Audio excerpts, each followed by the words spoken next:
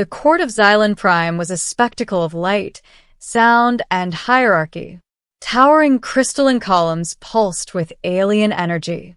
Floating platforms shimmered beneath the thrumming bioluminescent ceiling, carrying nobles in flowing ceremonial garb that defied gravity.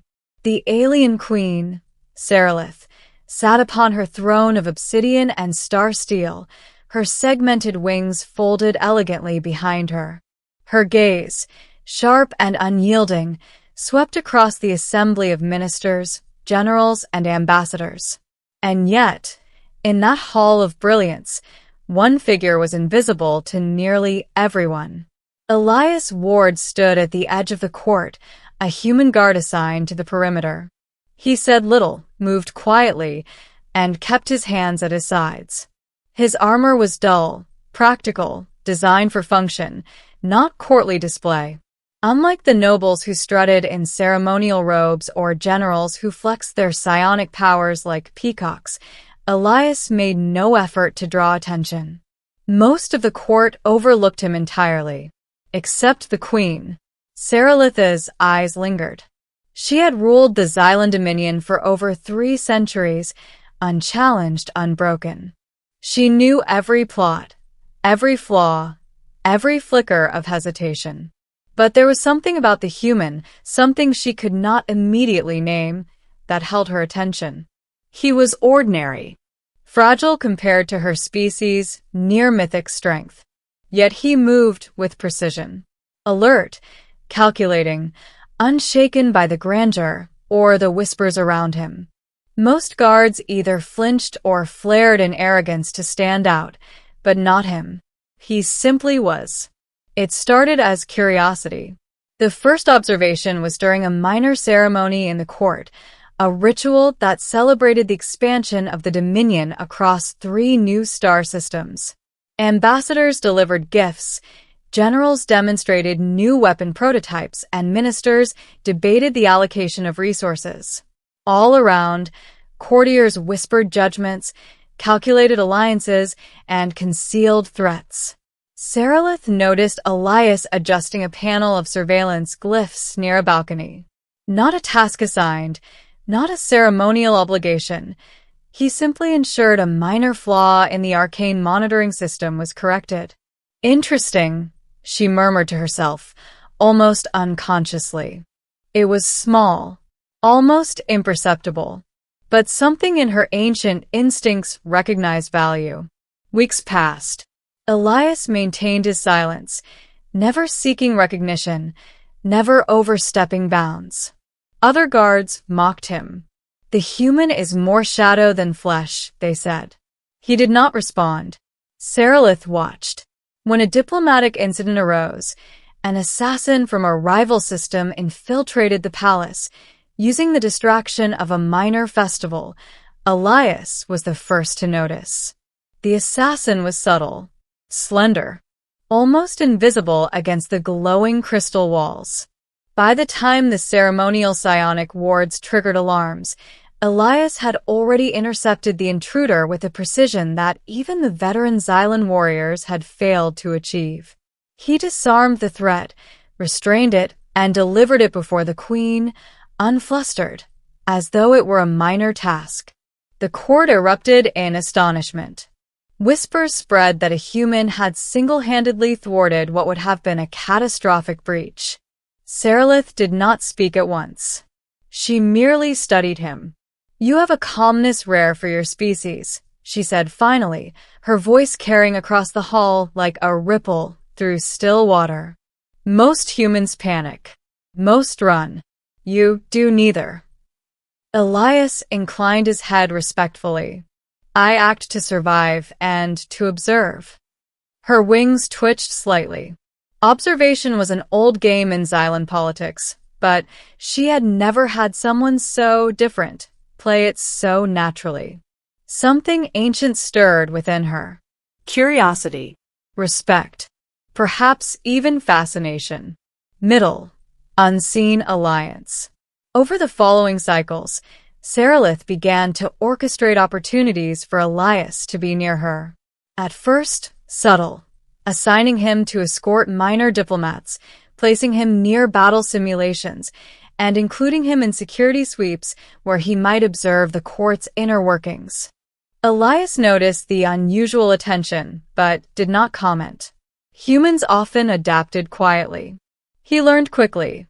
The Queen was testing him, watching how he reacted, how he moved, how he calculated risk. He passed every test. The first real trial came during the rebellion of the Marith sector, a cluster of outer colonies that rejected Xylan rule. General Zyrek led the invasion, confident in the Dominion's superiority. Yet, Elias saw flaws. Supply lines vulnerable to disruption, communication channels easily intercepted, morale of certain regiments fractured. He wrote reports, discreetly routed through minor channels, suggesting alternative strategies.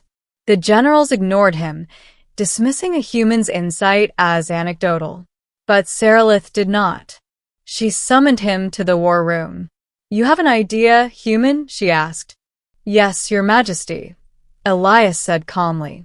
"If we move the Third Fleet to intercept the supply lines before deployment, we can cut their reinforcements without risking the main force. And if we deploy drones equipped with ion disruptors, we can disable their command satellites temporarily, enough to sow confusion without full-scale destruction." The general scoffed. "A human cannot command fleets. You understand nothing of Xylan warfare." Saralith's wings spread slightly, an unspoken command of silence. "You'll try it," she said simply. The human's plan succeeded. Losses were minimal. The Marith rebellion crumbled not by sheer force, but by intelligence and adaptation, qualities Saralith had long admired but rarely employed in her campaigns.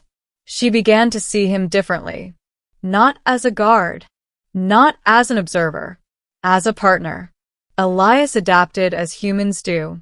He learned Xylan culture quickly. He understood the nuances of the court, the rhythms of the Queen's command, and the subtleties of her psionic influence. He did not seek favor, but favor came regardless. The council began to notice, whispering. The human guard was no longer silent. He was indispensable. Then came the crisis that changed everything.